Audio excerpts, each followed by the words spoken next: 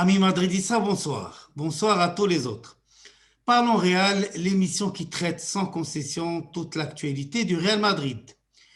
N'oubliez pas d'activer la cloche juste au-dessus de vous et de vous inscrire sur notre chaîne YouTube Peña Casa Madridista.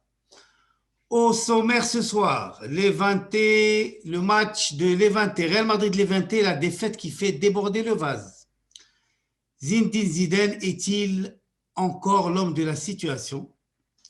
Le Real Madrid impacté par le non-respect du fair play financier de certains cadres européens. Et vous découvrirez la question qui tue dans la dernière partie de l'émission. Avec moi ce soir, un invité de choix, Ali Taji. Bonsoir. Bonsoir, Saïb. Merci de m'avoir invité. Et c'est tout l'honneur est pour moi et ça fait plaisir d'être parmi vous ce soir. Eh bien, le plaisir est partagé. Et l'inamovible Saad Eitroya. Bonsoir. Bonsoir Taïeb, bonsoir Ali, bonsoir à tous.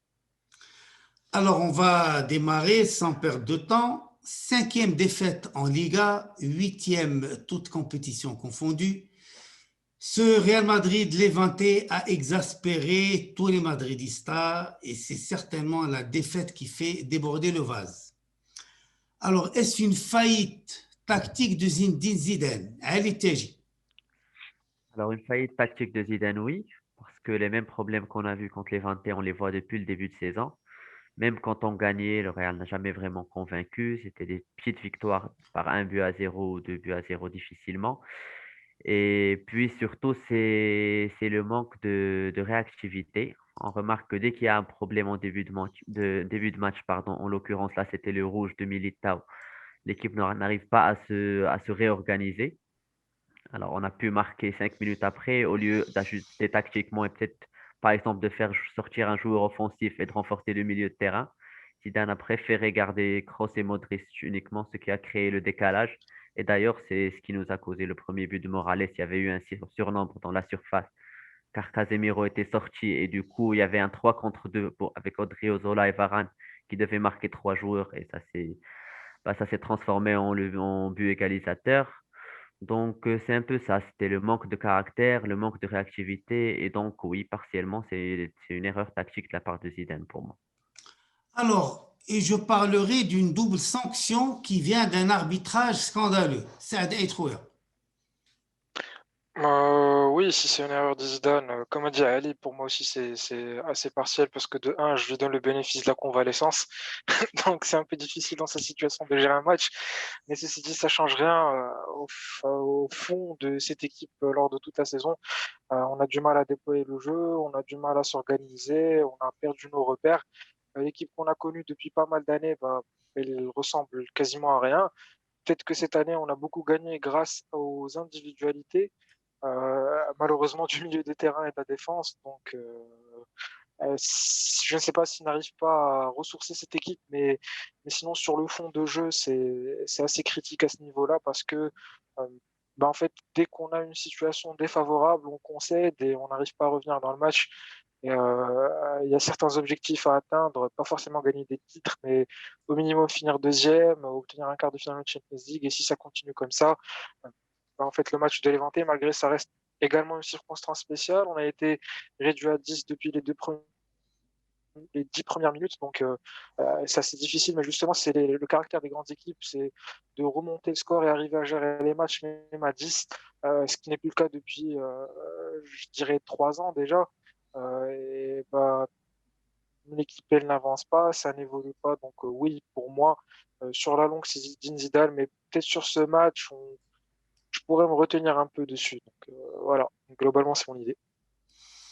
Il y a quand même eu un arbitrage très très défavorable, encore une fois, contre le Real Madrid. Bon, c'est pas à cause de ça, mais c'est une double sanction et c'est bien de le signaler. Alors, le Real Madrid a terminé troisième la saison 2018-2019 avec 19 points de retard sur le premier et 12 défaites à la clé. Une saison des plus catastrophiques qui a montré l'usure du groupe Alpha, car tout le monde était mauvais toute la saison. On a repris les mêmes pour 2019-2020 sans renforcer des postes clés. Et bis repetita cette saison 2020-2021 avec en prime des départs douloureux comme ceux de Hakimi et de Reguilon et qui avaient fait leur preuve dans les clubs où ils jouaient et la mise au placard d'autres jeunes comme Jovic, Odegaard et Militao. Alors, la situation actuelle était quand même prévisible quand on voit ces deux saisons-là en continuant avec le groupe Alpha. Et c'est ce qui me fait dire, est-ce que Zinedine Zidane est encore l'homme de la situation? Saad Eitroula. Euh, En fait, pour être sincère, ce que je pense au fond, c'est que non, parce que justement, c'est pas que lui en fait. Pour moi, c'est tout ce groupe-là n'est pas fait pour la situation actuelle. Le Real Madrid que j'imagine pour les 5 prochaines saisons, bah, c'est un Real Madrid où je peux même aller à dire où je ne vois aucun des joueurs actuels, peut-être à part Thibaut Courtois et sous réserve Ferland Mendy. Bon, Dani Carvajal aussi parce que je l'aime beaucoup. Mais sinon, sur la longue, non, ce n'est pas seulement Zinedine Zidane, en fait, c'est tout ce groupe-là qui est en échec. Et justement, pour moi, c'est un pari de Zidane de refaire naître de ses cendres ce groupe-là, qui a certainement montré ses limites en Liga la saison de la Décimo Tercera, ça je le dis depuis toujours.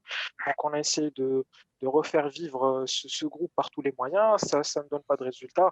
Bon, peut-être on a eu une Liga l'année dernière, après ça c'est très discutable. On l'a mérité, oui, mais est-ce que le niveau global du championnat nous permet de dire ou de conclure que nous étions une formation de haut niveau? Pour moi, ça reste non. Donc, est-ce que Zidane est l'homme de la situation? Moi, je ne vais pas généraliser par en fait, je ne vais pas limiter à Zinedine Zidane, mais j'irai plus à une situation administrative, j'insiste, sportive, n'est pas fait pour la situation. Pour moi, il faut aller à, comme tu dis d'habitude, un strike. J'irai pour un strike sévère où il faut absolument tout changer parce que euh, ce qu'on essaie de faire, c'est qu'on est en train de voir, on est en train de voir, on va dire, je sais pas, il y a une panne et ce qu'on essaie de faire, c'est pas de changer le système, mais justement juste de régler cette panne, sachant que c'est une panne majeure. Donc pour moi, c'est tout le système qui est défaillant. Si Zinedine Zidane il doit rester, je dis que ça, c'est un choix de la direction. Et ils sont mieux placés que moi, mais pour moi, ça ne dépend pas d'un individu. L'état actuel du Real Madrid, il dépend de tout le système sportif et il doit être changé. De toute façon, y a-t-il le choix à l'ITG? Alors, bah, justement, moi, je rejoins Sad. Je pense qu'à long terme, Zidane n'est peut-être pas la meilleure personne pour recréer cette équipe dominante qu'était le Real Madrid, parce que comme on l'a vu, tactiquement, ce n'est pas l'entraîneur le plus affiné, on va dire. Donc, peut-être qu'à court terme, c'est-à-dire cette saison, Zidane est le mieux placé pour tirer un peu de résultats de ce club, vu que bon, les joueurs l'apprécient, on sait qu'ils vont tout donner avec lui, alors qu'un autre entraîneur, s'il signe demain, on connaît pas la réaction des joueurs. Est-ce que certains vont se donner à 50%, d'autres vont être mécontents du départ de Zidane, donc ils vont l'exprimer, il y aura peut-être des tensions dans le vestiaire. Donc pour moi, à court terme, cette saison, vaut mieux laisser Zidane.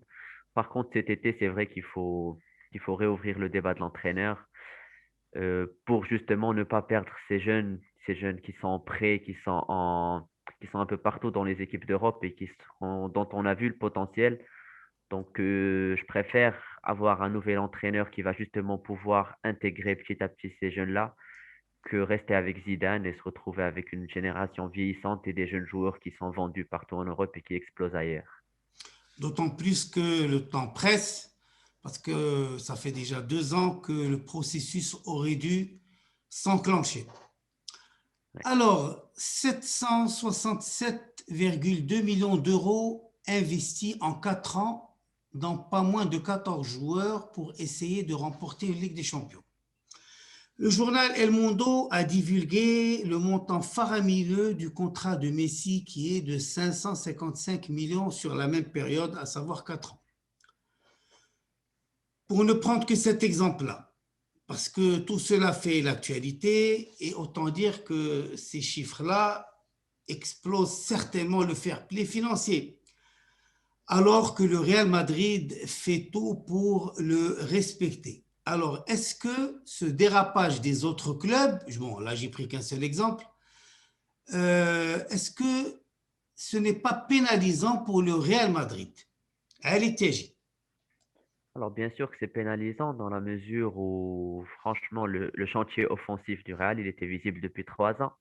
Donc, quand on voit par exemple un club comme City qui recrute chaque saison deux, trois défenseurs centraux à 50-60 millions d'euros, et si on avait fait la même offensivement et que chaque saison on prenait des joueurs confirmés, ben, on ne serait pas dans la situation dans laquelle on est aujourd'hui. Donc, c'est clair que essayer de concurrencer des clubs à budget illimité en essayant de respecter le fair play financier, c'est clair que ça a ses inconvénients. C'est clair. Saadé Trouya, est-ce que tu es d'accord avec Ali Tej? Est-ce que oui, je suis d'accord avec lui et en fait, pour moi, c'est plus une question de vision globale du club, en fait. La devise du club, c'est, Somos Caballeros, donc nous sommes des cavaliers. Bien sûr, les cavaliers, ils se tiennent en quelque sorte à la loi, et la loi qui est régie par, l'institution de l'UEFA. Donc oui, le Real Madrid, il essaie d'éviter tout ce qui est problème juridique en se tenant à carreau au niveau finance et en respectant, le fair play financier, bien sûr, mais c'est ce qui se fait en Europe. Je pense que seul le Real Madrid et le Bayern de Munich euh, respectent justement le fair play, malgré qu'avec le Bayern, bon, des fois, sur cette même lignée-là, je pense que peut-être le comportement de l'UEFA et des institutions financières européennes, il sera différent à l'égard du Real Madrid. On sait qu'on n'est pas trop apprécié, surtout avec le projet Super League qui est en train de prendre forme médiatique uniquement, si ça peut rassurer certains. Donc on n'a pas intérêt justement à partir à l'encontre de ce fair play financier parce que ça va causer que des problèmes. Pour ne pas citer de noms, pour que certains ne se vexent pas, ils ont ils sont en roue libre, on va dire.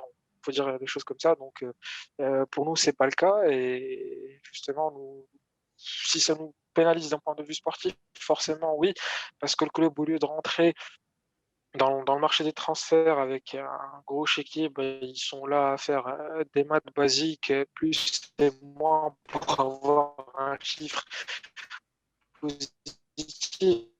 Donc, oui, forcément, ça sanctionne le club, heu, forcément.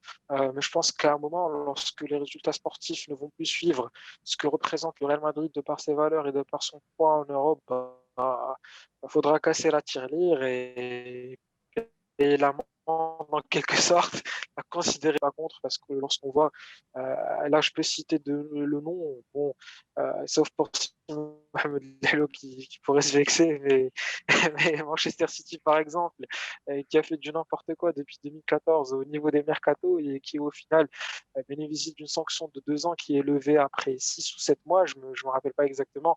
Donc c'est une petite preuve qu'il y aura toujours moyen de régler certains souci en Europe. Donc, si sportivement ça s'arrange pas, on s'en fout. De toute façon, il ne s'agit pas d'empiler les joueurs et d'empiler les dépenses pour gagner une Ligue des Champions et la preuve en a été faite. Il ne faut pas oublier que la Ligue des Champions, malgré tout ce qu'on peut dire, reste une chasse gardée du Real Madrid. Alors nous passons maintenant à la question qui tue.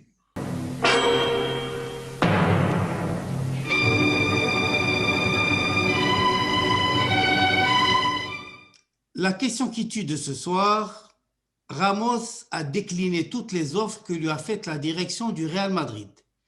Doit-il partir en fin de saison? Pour en débattre, vous avez chacun de vous 1 minute chrono et nous commencerons par notre invité Ali Tiaji. C'est à toi. Alors, beaucoup connaissent déjà mon avis à ce sujet. Bien sûr que pour moi, Ramos doit rester. Parce qu'au-delà de tout ce tout son historique avec le Real, au-delà de la décima, rien qu'en tant que joueur lambda, déjà son niveau, c'est pour moi le meilleur défenseur central de la planète. Donc rien que perdre Ramos, question niveau, c'est problématique. Parce que pour le remplacer, tu auras beau dépenser 80-90 millions d'euros sur le marché actuel, tu ne trouveras pas un joueur de son niveau. Ensuite, au niveau du leadership, tu perds énormément. Déjà, on a perdu pour moi 50% du leadership avec le départ de Ronaldo. Ben, les 50% restants, c'est Ramos. Donc déjà, tu vas te retrouver avec une équipe qui souffre au niveau mental, qui va pas pouvoir faire autant de remontada qu'avant et qui va manquer d'un vrai leader. Donc ça de deux. Et de trois, bien sûr, 10 secondes. Ramos, c'est l'institution, c'est la décima, c'est tous les souvenirs avec le club. Donc pour moi, le maintenir à son salaire actuel, pour moi, c'est une décision facile qui aurait dû être faite depuis longtemps. Très bien.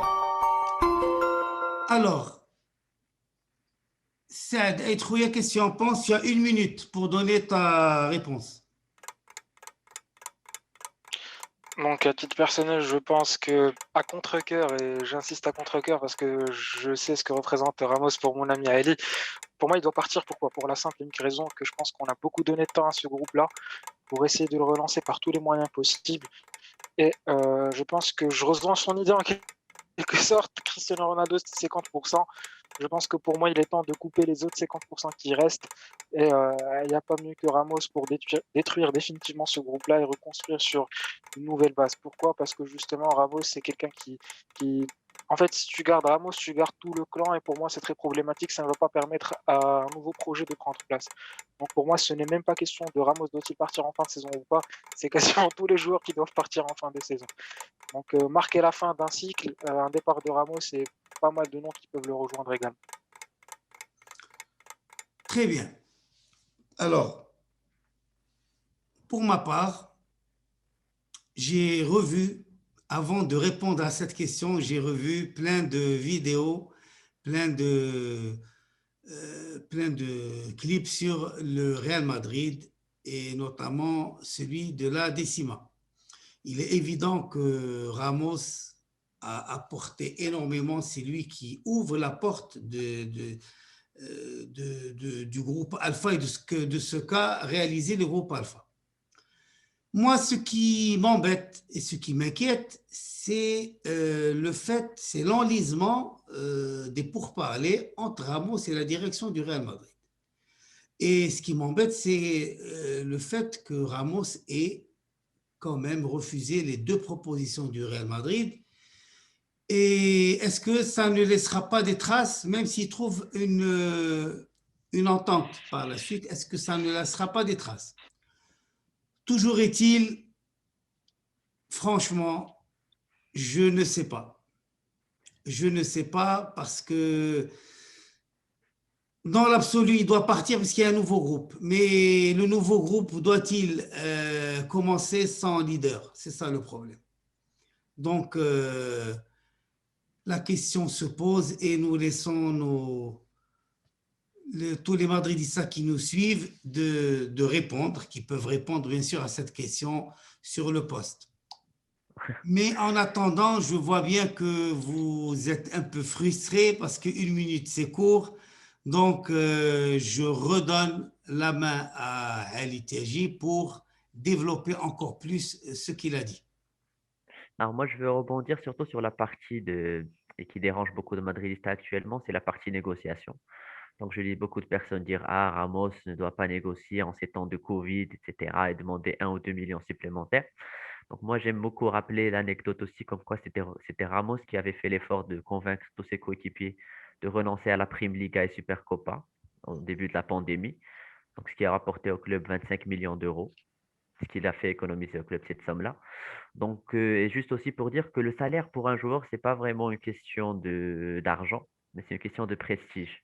Donc aujourd'hui, quand Ramos sait que le PSG va lui offrir, par exemple, 15 ou 16 millions et qu'il y a 3, 4 clubs européens qui vont faire de même et qu'il voit que son club ne veut même pas le garder au salaire actuel, c'est vrai que ça fait mal à son ego. Puis Ramos, on connaît son caractère, c'est quand même un ego qui est fort. Et quand ça clash avec Perez, bah forcément, deux égos pareils, c'est pas un accord qui va arriver en 2 minutes, ça c'est clair. Donc moi, je préfère nuancer, ne pas... Bon, vois beaucoup de monde vraiment traiter limite Ramos de mercenaire, donc je préfère juste rappeler que le salaire est plus une question de reconnaissance qu'une question d'argent. Et donc, voilà, c'est surtout sur ce point que je voulais rebondir. Saad Khouya. Bon, pour moi, je pense qu'il est un peu dans son droit de négocier c'est-à-dire qu'il veut. C'est quelqu'un qui a beaucoup donné au club, c'est quelqu'un qui a beaucoup donné au madridismo, c'est indiscutablement un symbole de toute une génération, peut-être celle de Ali et de la mienne, parce qu'on appartient à la même génération. Donc, c'est quelqu'un dont je me rappelle jouer au foot pour le Real depuis l'époque où je faisais mes devoirs le dimanche soir. Donc, c'est quelqu'un avec qui j'ai grandi. Il fait partie de mon quotidien, bon, on va dire, de ma semaine, parce que je le vois tous les samedis, dimanches. Euh, Ne pas le voir au Real, ça me fera quelque chose, bien sûr. Donc, d'un point de vue sentimental, j'ai envie qu'il re-signe, mais je pense qu'au niveau des négociations, si je peux rebondir sur le point de Ali, bah, je pense que c'est un peu la même chose. Aujourd'hui, la fortune de Sergio Ramos ne dépend pas de 12 ou de 15 ou de 20 millions d'euros par an. On sait tous qu'à son âge, ce qu'il peut avoir au maximum, c'est un contrat de 3 ans ailleurs, voire 4 au grand max. Donc, ce n'est plus une question d'argent à son niveau, lui, c'est plus une question d'appréciation et d'estime. Donc, si la direction lui offre un contrat de 2 ans avec le salaire qu'il souhaite, c'est pas vraiment le chiffre qui compte, mais c'est comme un signe de reconnaissance pour tout ce qu'il a fait pour ce club-là. Sauf que pour moi, ça dépasse un peu ce point-là. Ce que moi, je souhaite marquer par le départ de Sergio Ramos, c'est la fin d'un cycle pour, on va dire que, je le dis franchement, le départ de Sergio Ramos, c'est un très grand mal pour le Real Madrid parce que c'est tout simplement impossible de trouver quelqu'un avec son expérience, son calibre, son leadership qui va s'intégrer, j'insiste, dès la deuxième saison parce que c'est quasiment impossible dès la première, surtout quand on voit le niveau de Raphaël Varane. Donc, il va pas trop aider non plus. Mais pour moi, je pense que ça y est, il faut couper les ponts avec tous les souvenirs qu'on a vécu avec cette génération-là et recommencer à zéro. Et pour moi, ça ne peut pas se faire si on n'enlève pas les cadors. J'irais même à dire que ça doit être un départ de Ramos, un départ de, pour moi, Marcelo aussi. Bon, Marcelo, on sait que ça va se faire. Euh, Luka Modric, je sais pas, mais pour moi, si on peut garantir à cet homme une sortie digne plus qu'autre chose, je dirais pas non. Pour le plus grand plaisir de mon ami Ali Karim Benzema aussi. Donc pour moi, c'est en fait ça doit être un grand point pour toute une génération. C'est-à-dire que pour moi, ça dépend pas que de Ramos. Pour moi, Ramos, il symbolise cette génération 2014-2018 que beaucoup de Madridistas ont du mal à se détacher d'eux, ce que je comprends parfaitement parce qu'à titre personnel, c'est mes meilleurs souvenirs d'un point de vue footballistique. Et pour moi, je pense que Ramos, s'il reste, il doit rester de manière digne, c'est-à-dire que la direction doit lui offrir le max contract, comme on dit en NBA, c'est-à-dire le plus gros contrat du club, il le mérite. Et je pense qu'il mérite d'obtenir 2 à 3 ans, parce que d'un point de vue sportif, il est encore capable de donner. C'est même pas quelqu'un qui est en déclin, donc pour moi, s'il reste, ça doit se faire dans le bon et la forme. Et s'il part, c'est ce que j'espère. Et pour moi, s'il part, il doit pas partir tout seul. Donc en fait, je pense qu'on doit éviter l'erreur qu'on a effectuée en 2018. L'idée de la direction, c'était justement de briser cette génération-là et d'essayer de reconstruire. Mais on a envoyé le mauvais garçon, tu vois. Donc il faut apprendre son cours et éviter de refaire la même erreur. Et si on veut briser cette génération-là et repartir à zéro, bah, il faut encore éviter d'envoyer le mauvais garçon. Donc pour moi, si c'est un départ en fin de saison, c'est de tout le monde. Ou bien si c'est pas le cas, bah, Ramos il reste. Ben, de toute façon, il faut bien qu'il y en ait un ou deux qui ferment la porte. Donc, moi, ce qui m'inquiète un peu, c'est que j'ai peur, je crains que cette négociation ne soit passée, disons, que ce ne soit une affaire d'ego et d'affaires personnelles entre Florentino Pérez et Ramos. On verra bien, wait and see, on verra bien comment ça va se passer. Notre émission est maintenant terminée. Ali Tiaji, je te remercie d'être venu nous voir. Merci à vous pour l'invitation. Ça a été un plaisir. Saad Aït Khouya, on s'expliquera plus tard sur ce que tu viens de dire. Ah, je sens mal. Et en attendant, à la Madrid et à Damas.